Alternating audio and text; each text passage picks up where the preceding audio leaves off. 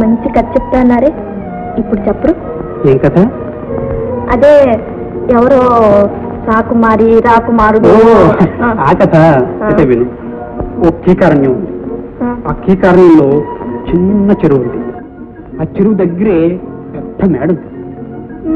ప్రతిరోజు అక్కడికి ఒక చక్కని రాకుమారుడు, ఒక అందాల రాకుమార్తె వచ్చి చిలక గోరింకలాగా దగ్గరగా కూర్చునేవాడు. దగ్గరంటే ఎంత దగ్గరగా? చాలా దగ్గర. అంటే సుమారు ఇంత దగ్గరగా. తర్వాత తర్వాత ఏం జరిగిందో తెలుసా? ఏం జరిగింది?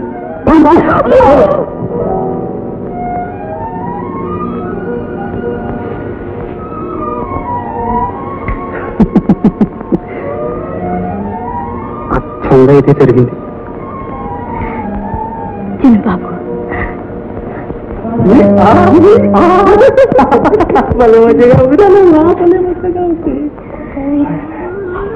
ఆట పని రక్తి కట్టిందిరా. ఈ విషయం దయానిధి చెవుల్లో ఊదావా?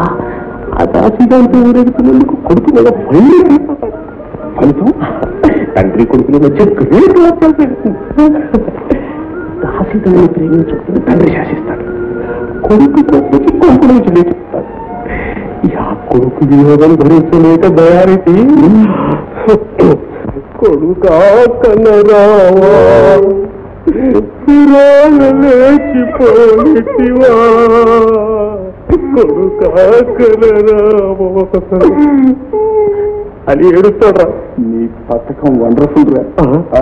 వండర్ఫుల్. అరే బ్రదర్, మంది యుగంధర పథకం అనుకో. యుగంధర మరి బాబు కదా. ఈ వేళ నుంచి నువ్వు మూర్తిని మెచ్చుకుంటూ బాగా ఎగతాయి. దయానిధికి నేను చూపేస్తాను. ఇక చూసుకున్న రాజా. I sorry my boss.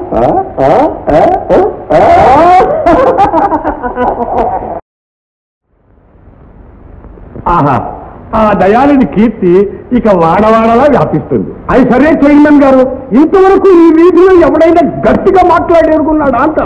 లక్షాధి గారు అల్లుడైతే మాత్రం ఇంత అయితేనా? ఆ దయానిధిని అడుగుదాం.